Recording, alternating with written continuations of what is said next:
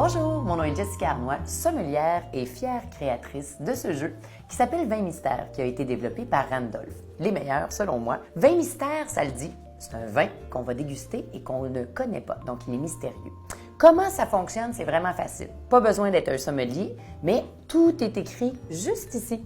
Et vous avez un seul devoir, c'est de déguster. Donc, premièrement, ça prend du vin. Il faut aller à la SAQ avec un petit bas.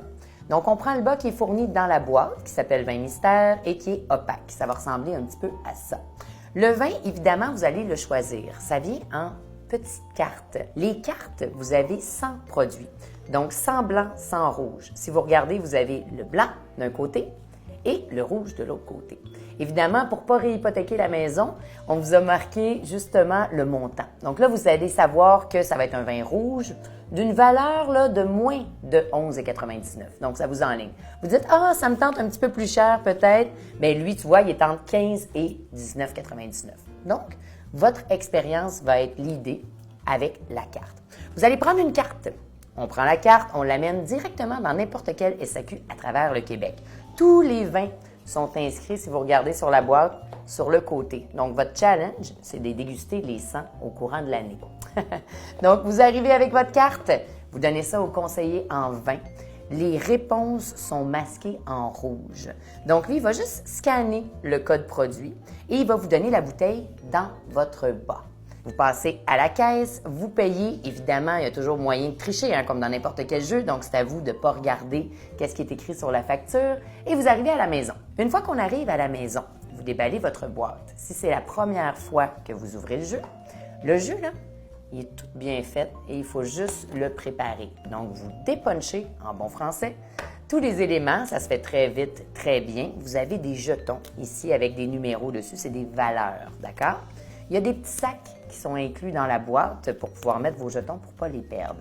Et puis, si c'est une soirée festive et arrosée, ça, on peut le jeter.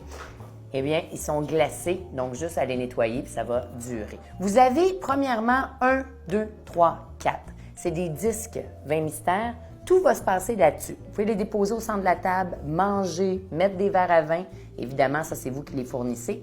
Donc, 1, 2, 3, 4, il va toujours avoir 3 à 4 choix de réponse qui vont se mettre sur ces disques, des rondelles au centre de la table.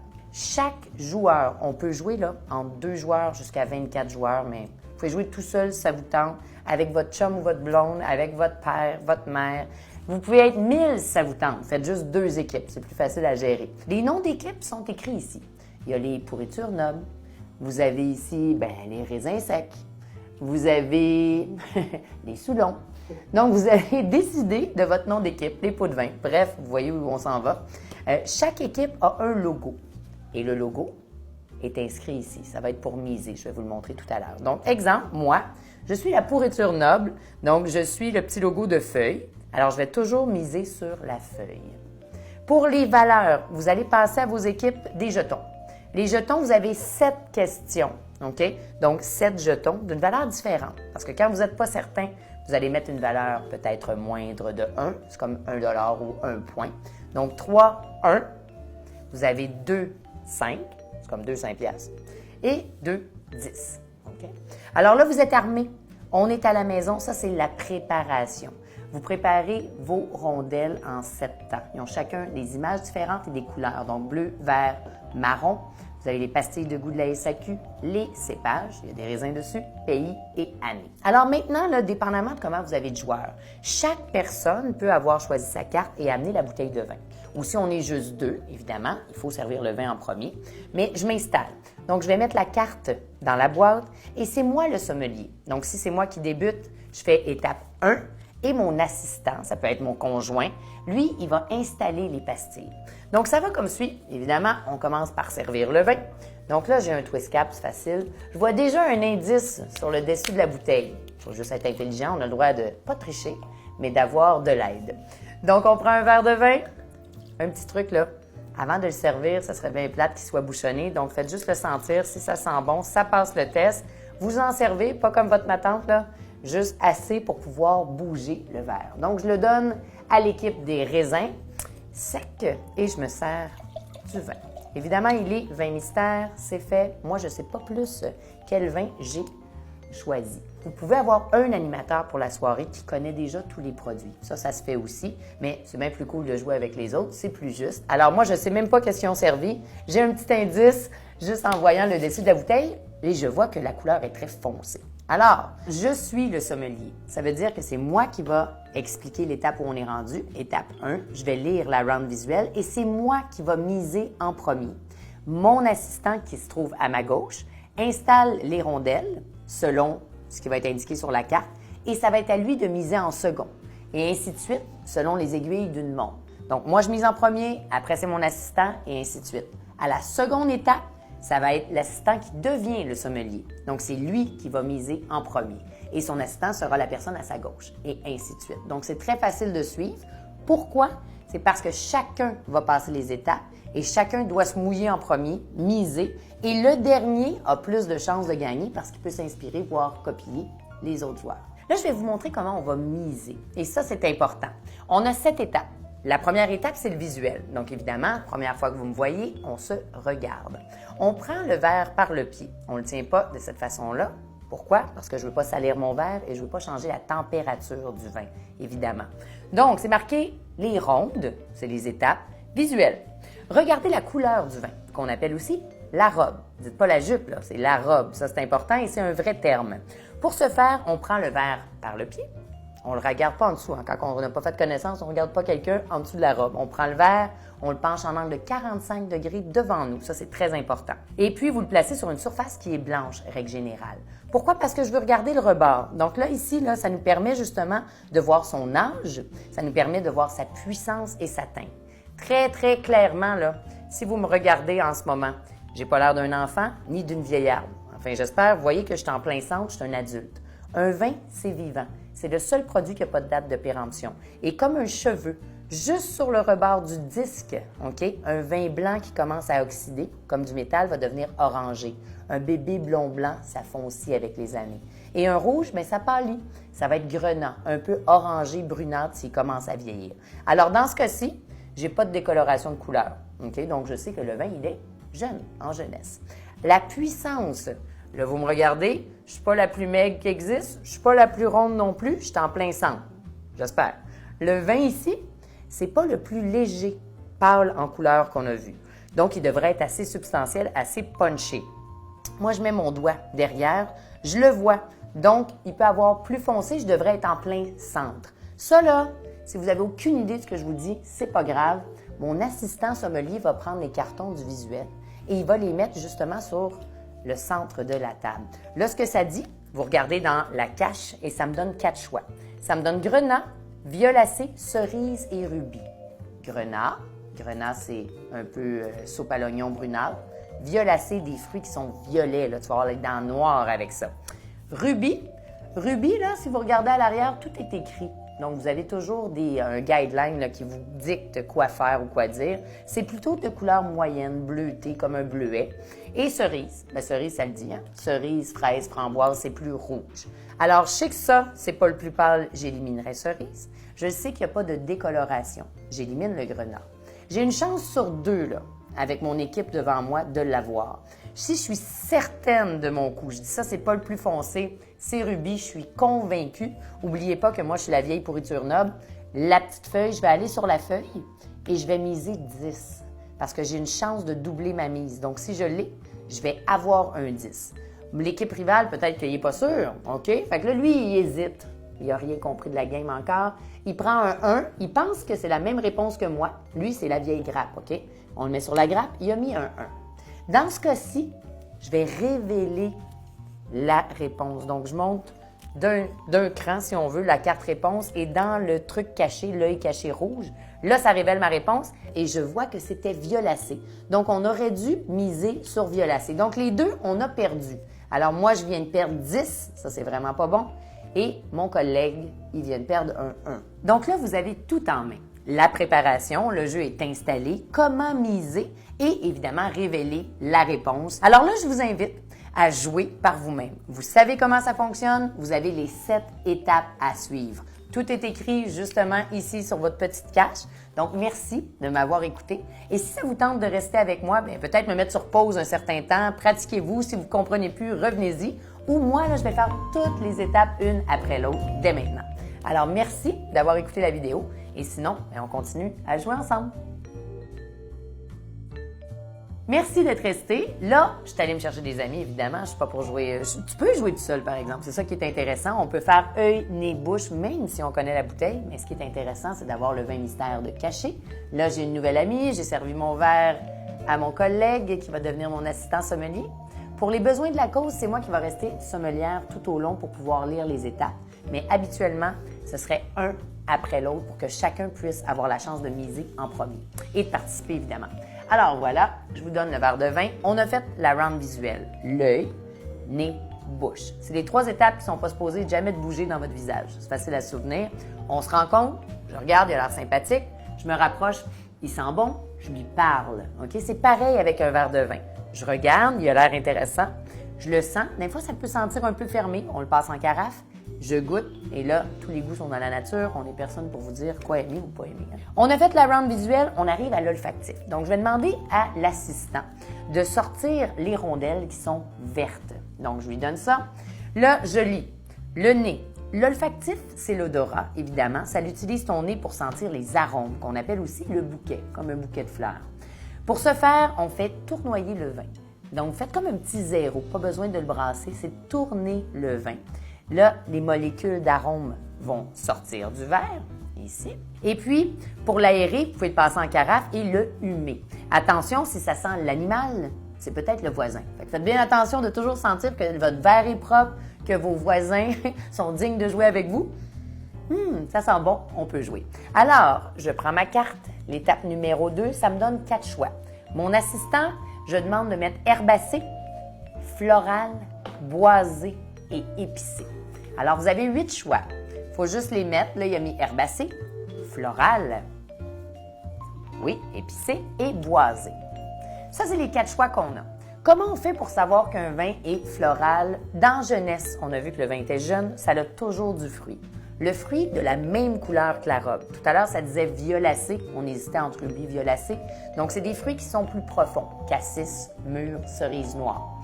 Si ça sent le fruit, juste le fruit, comme si on les cueillait, là, c'est fruité. Si ça sent bon, mais qu'on n'est pas capable de mettre en mots, c'est floral. Si ça sent les herbes, comme herbacé, herbe fraîche, c'est herbacé. Et si ça sent le boisé, comme une planche de bois dans le foyer, bien, c'est le boisé. Alors là, on le tourne, on le sent. Ça sent d'autres choses que le fruit. Ça sent plein de choses. On va aller valider. Donc ici, herbacé, c'est des arômes herbacés qui nous font penser à du gazon. Un vin rouge qui sent le gazon, mais ça peut sentir les herbes fraîches. Est-ce que c'est ça la dominante? Est-ce que c'est floral? Arôme floral, rose, violette, toutes les fleurs qui sentent bon. Là. Tu sais, comme le printemps, tu marches dehors, ça sent les fleurs. C'est délicat en règle générale. Il faut que ce soit la dominante. Les épices, cannelle, poivre noir, clou de girofle. Est-ce que ce vin-là, il est épicé ou boisé? Donc, du bois, des arômes de tabac, de fumée. OK? Donc, pour vous, chers amis, là, ici, j'ai la vieille grappe, j'ai les Soulons et moi, je suis la pourriture noble. Si on n'est pas certain, on mise moins. Si on est moyennement certain, on mise 5. Et si on est très certain, on mise 10. Alors, à vos marques préparées, vous faites vos jeux. C'est moi le sommelier, je suis obligée de miser en premier. Là, je vais y aller dans le pas certain, juste parce que je ne veux pas non plus les influencer. Je vais mettre 1 sur boisé. Mon collègue, il va avec 5, il est plus glam bleu que moi. Et il va sur le floral. Et notre partner aussi un 5. Là, c'est très important de voir la mise. Elle s'en va sur le épicé. Alors, c'est sûr que peut-être que quelqu'un, aucun de nous 3 va gagner. On va voir. Je révèle la réponse. Et il y a 2 gagnants. Et c'est boisé et épicé. Alors, floral, il perd. On a le droit de rire de lui. Et là, je vais doubler. Je vais donner un 5 et je reprends le 5 à la joueuse. Donc, elle vient de se faire 5 points. Et moi, j'aurais dû miser plus. J'ai 1 point. Alors, on passe à l'étape suivante, qui est l'étape numéro 3. Je vais demander au sommelier d'enlever les réponses et de mettre les réponses gustatives. On a fait l'olfactif et maintenant, c'est la bouche. On n'a pas tous les mêmes papilles. Il y en a qui aiment ça sucré, plus amer, plus punché. Ça, tous les goûts, ça ne se discute pas. Il faut analyser le goût, qui signifie j'aime ou j'aime pas. Jusque-là, c'est relativement facile. Et c'est aussi simple que ça. Pour ce faire, on aspire de l'air en même temps que vous dégustez. Ça, là, c'est de la rétro-olfaction. Donc, je mets le liquide en bouche.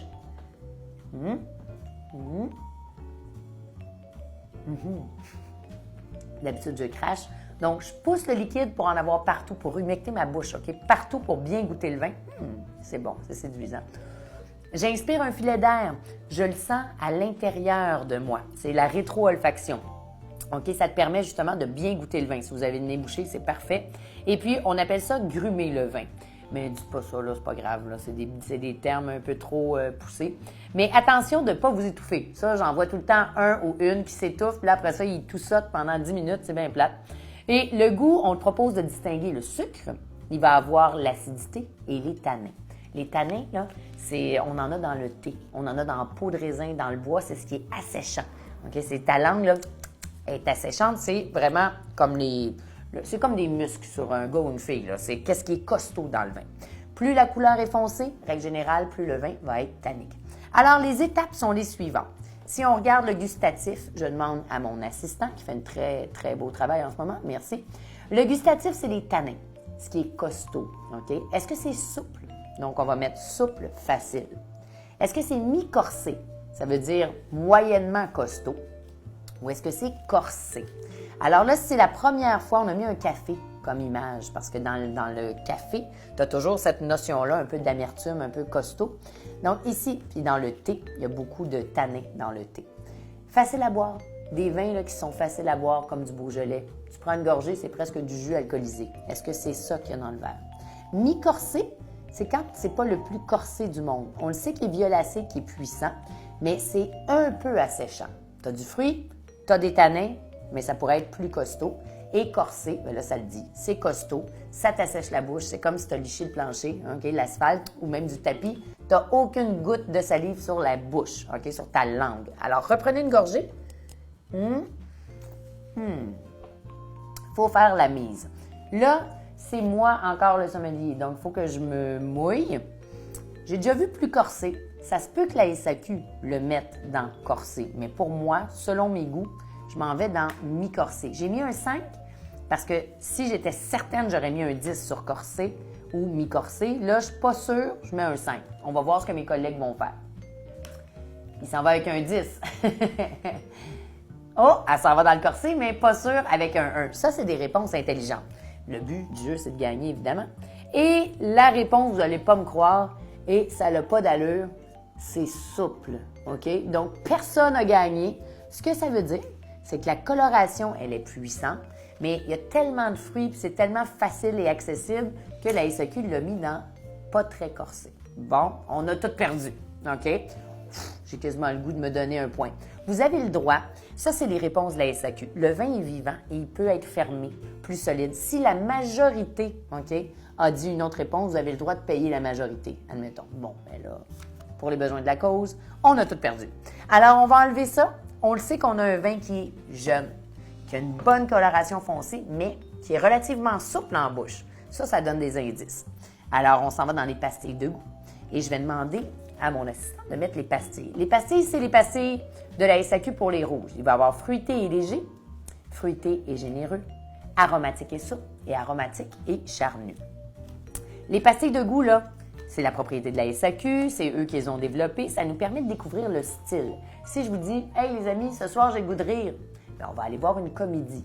Si je pleure 5 minutes de temps dans une comédie, je ne vais pas demander de me faire rembourser. C'est un style. Je vais rire la majorité du temps. Mais ce n'est pas toutes les comédies, premièrement, qui sont drôles et qui sont pareilles. C'est juste des styles de vin pour t'orienter.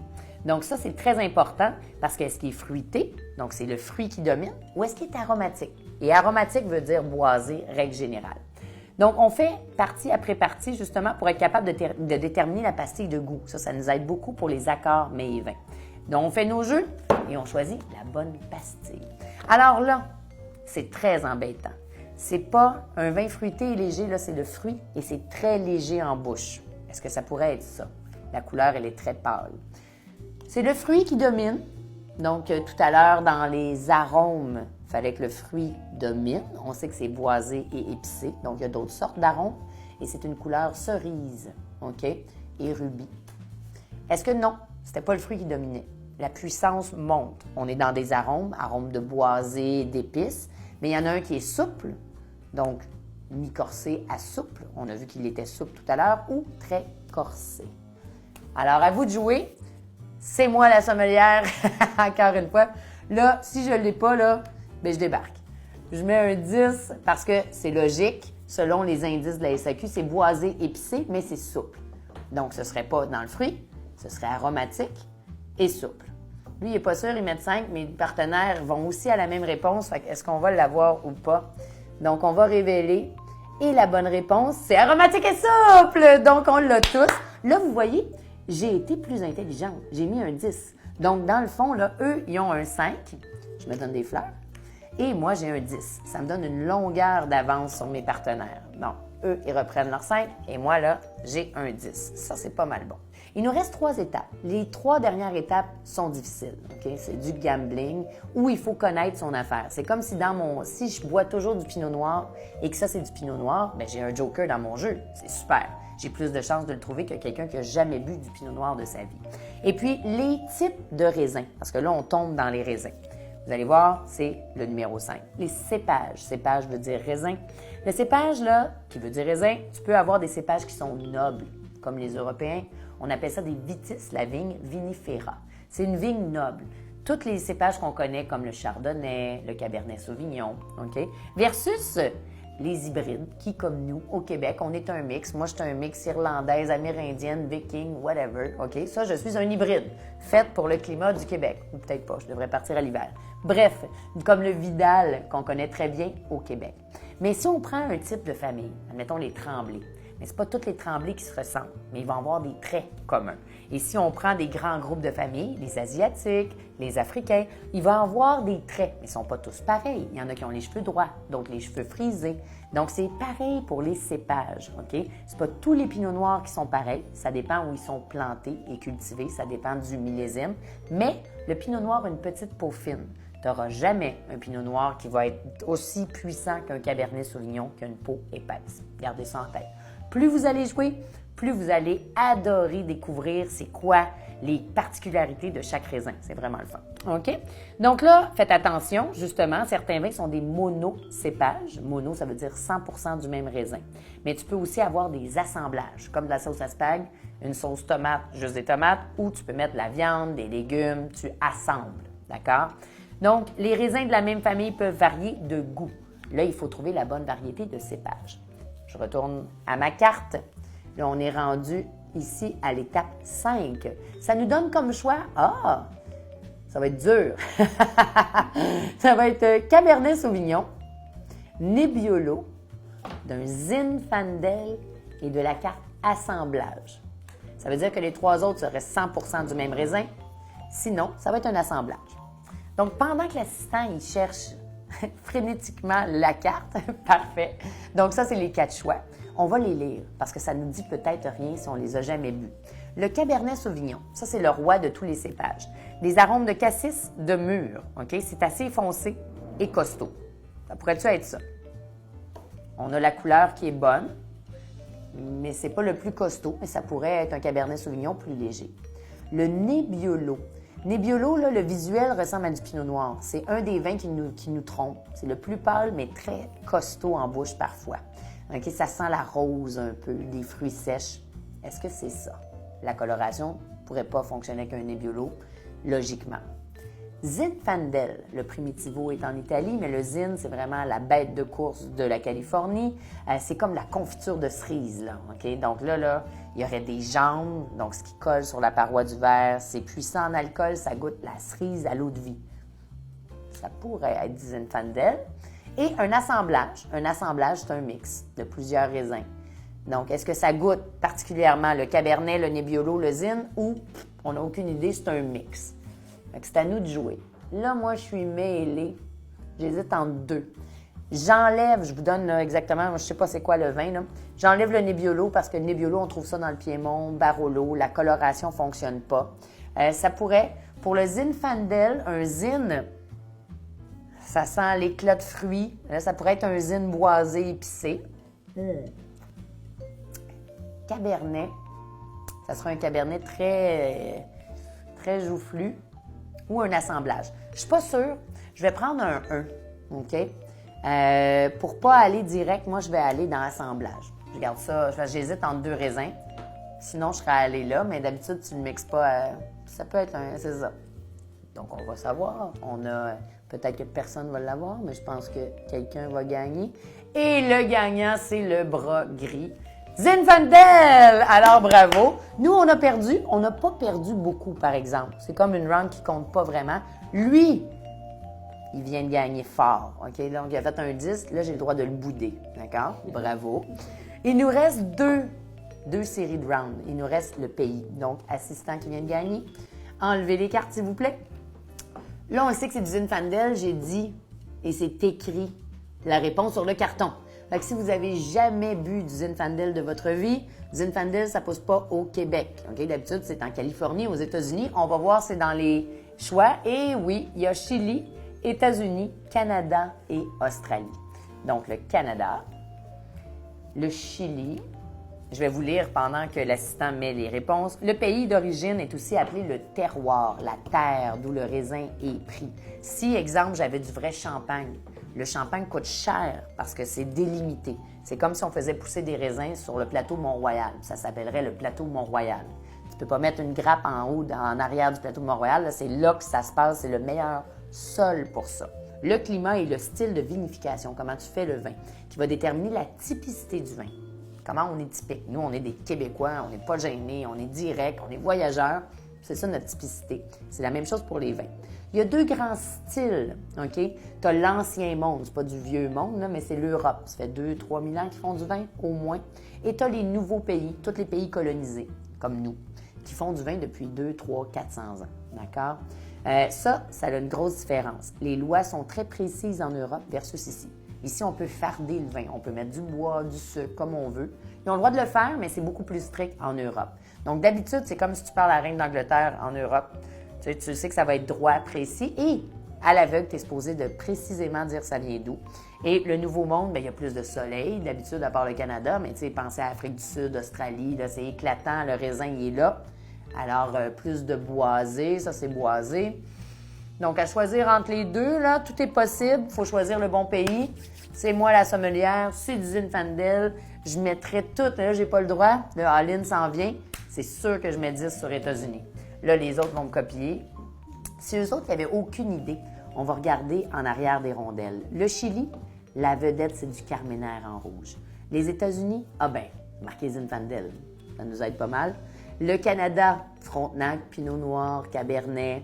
C'est juste des idées pour vous orienter. On n'a pas mis toute la liste des cépages, mais c'est les grandes vedettes. Et l'Australie, le Shiraz. Alors là, évidemment, si on ne l'a pas là, vraiment, là, je pense que je change de métier. Ici, c'est pas toujours facile comme ça. Là, ça tombe que...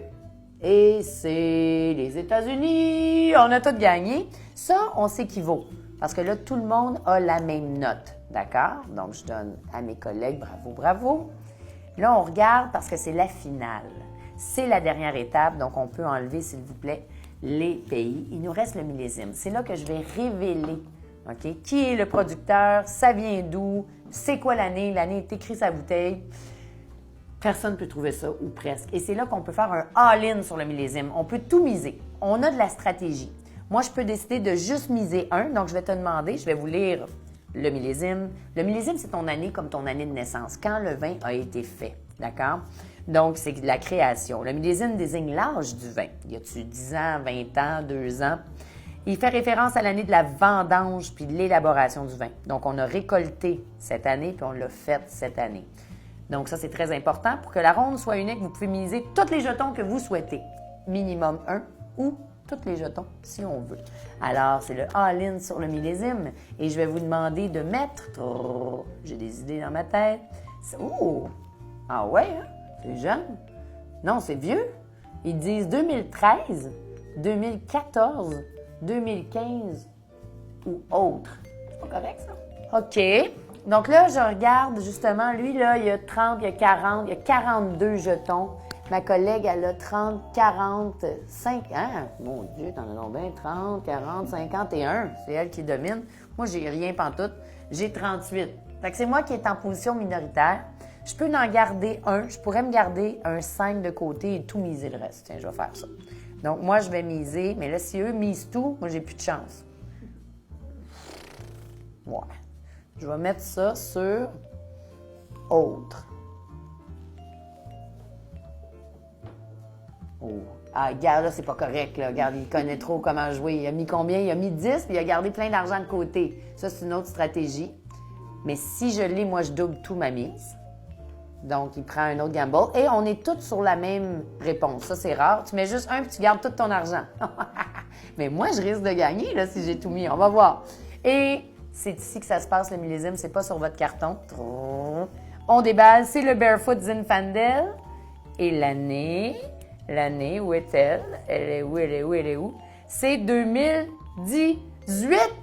Donc, c'est autre. Donc, voilà. On a gagné. Fait que si eux, je vais doubler la mise. Fait que ça, ici, c'était toi. Compte tes points. 10. 10, comptez vos points. Mais moi, je me double tout ça, là. Donc là, j'ai 3 ici. 1, 2, 3 et 30. Donc là, vous finissez à combien, vous? C'est la fin. Fait que là, moi... 52. 52? 52, 52. Et je suis la grande gagnante. J'étais la loser. Et j'ai tellement bien misé que je l'ai. Alors, merci beaucoup. C'est comme ça que ça se joue. On peut gagner jusqu'à la fin. Même votre grand-mère peut gagner. Puis, n'oubliez pas une chose, c'est vraiment pas grave de l'avoir ou pas. Tous les meilleurs sommeliers. Moi, j'ai été présidente des sommeliers au Canada. Il y avait les 12 meilleurs sommeliers, OK, sur le stage. Les 12 ont fait œil, nez, bouche, pareil. Ils ont mis les mêmes descriptifs comme on a fait. C'était du Zinfandel. Mais il n'y en a pas un des 12 sommeliers qui l'a eu à l'aveugle. Pourquoi? Parce que c'est un vieux Zinfandel. Donc, c'est pas parce qu'ils sont pas bons. C'est parce que des fois, ça peut être trompeur ou on n'a jamais bu ça. Moi, c'est la première fois que je goûte au Barefoot Zinfandel. Là, maintenant, il va être dans ma tête.